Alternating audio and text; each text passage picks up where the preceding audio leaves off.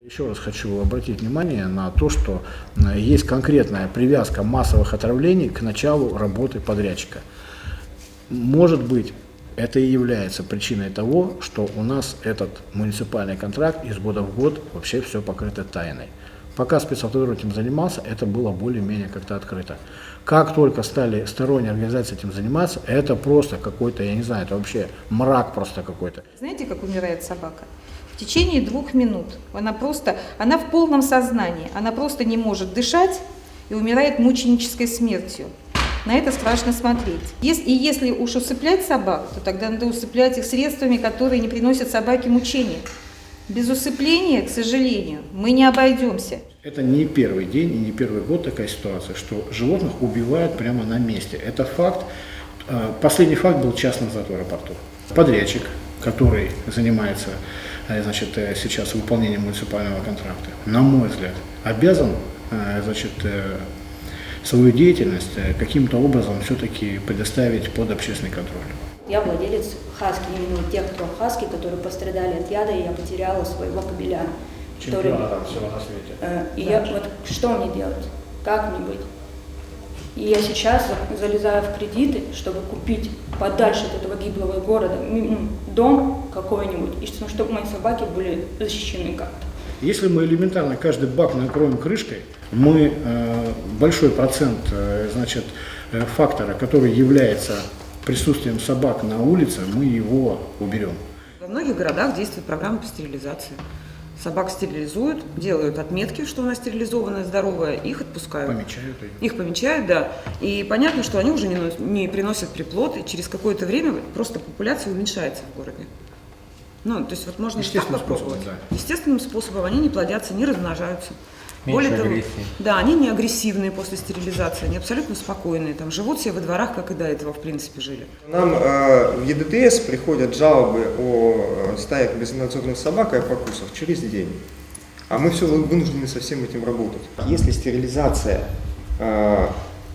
эффективна, мы бы хотели бы и попробовать ее использовать. Но у нас опять все возвращается к тому, кто это будет делать.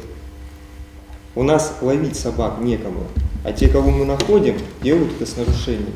Других подрядчиков у нас нет. Готовность работать, тут 2 фактора. Именно наша готовность как намерение и фактор бюджетной составляющей. Вот насчет бюджетной составляющей на следующий год я ничего пока не могу сказать. У меня такое чувство, что там будет все очень грустно. Лично мое впечатление такое, может, я ошибаюсь. Поэтому, насколько это возможно будет по финансовым стерилизацию внедрять, тем более в таких объемах соответствующих, чтобы это была не пустая трата денег, а чтобы это был какой-то эффект. Я что-то не уверен, что у нас на следующий год будут такие возможности. Официально, закрепить пару площадок в городе, мы имеем на это полную возможность.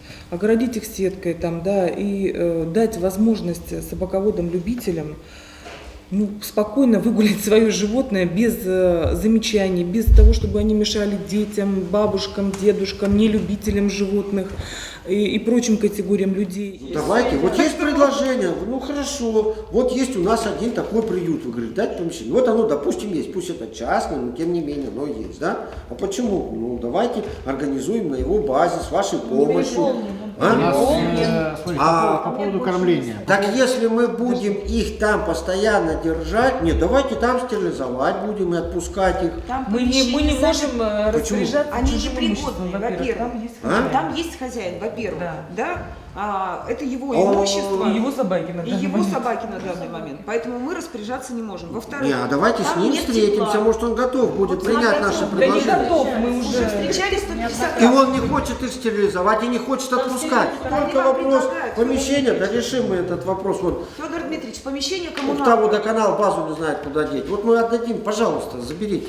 Федор Дмитриевич, помещение коммунальные платежи за городом. Помещение коммунальные платежи за городом. А содержание собак и все остальное, я думаю, что общественники возьмут. То есть мы их ловим, мы привозим вам, вы их там содержите, стерилизуете, что вы там с ними делаете? Отпускаете или как? отмечаем бирочками. Что нет? По поводу... Тогда пройдет полгода, и этот питомник будет то же самое, что в аэропорту. Нет. Мы вроде предварительно пока, определили точки соприкосновения. Вы нам дайте помещение с теплом, со светом, да? И с водой. А все остальное С водой. без если. Там, если будут люди какие-то специальные, если система какая-то там специальная, вот это если уже за вашей чертой. Ветеринары, они как бы на стороне все-таки зоозащитников находятся. И они понимают, что такое гуманизация, там, прочие вещи всякие, это все понятно. Дело в том, что в городе полно предпринимателей, которые занимаются общественным питанием, которые готовы давать это питание, отдавать просто так, только забирайте. И это, как бы, здесь вопрос только транспортировки. Я думаю, что транспортировку организовать можно будет своими силами. Я уверен даже в этом, что мы это организуем.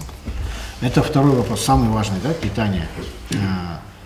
То есть первый вопрос ветеринары, он решаем. Второй вопрос питание, он решаем. Третий вопрос о том, что все-таки без усыпления мы все равно не обойдемся.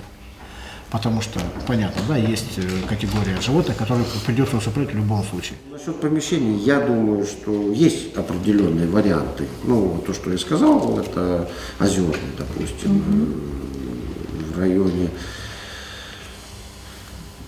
бывшего завода ЗСМК. Я не могу сейчас сразу сказать насчет тепла там. На сегодняшний день оно без тепла само собой стоит. Вот. Но мы посмотрим, мы попытаемся что-то с республикой переговорить.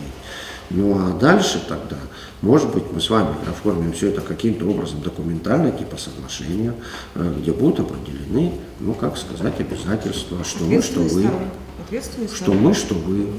Вот и все.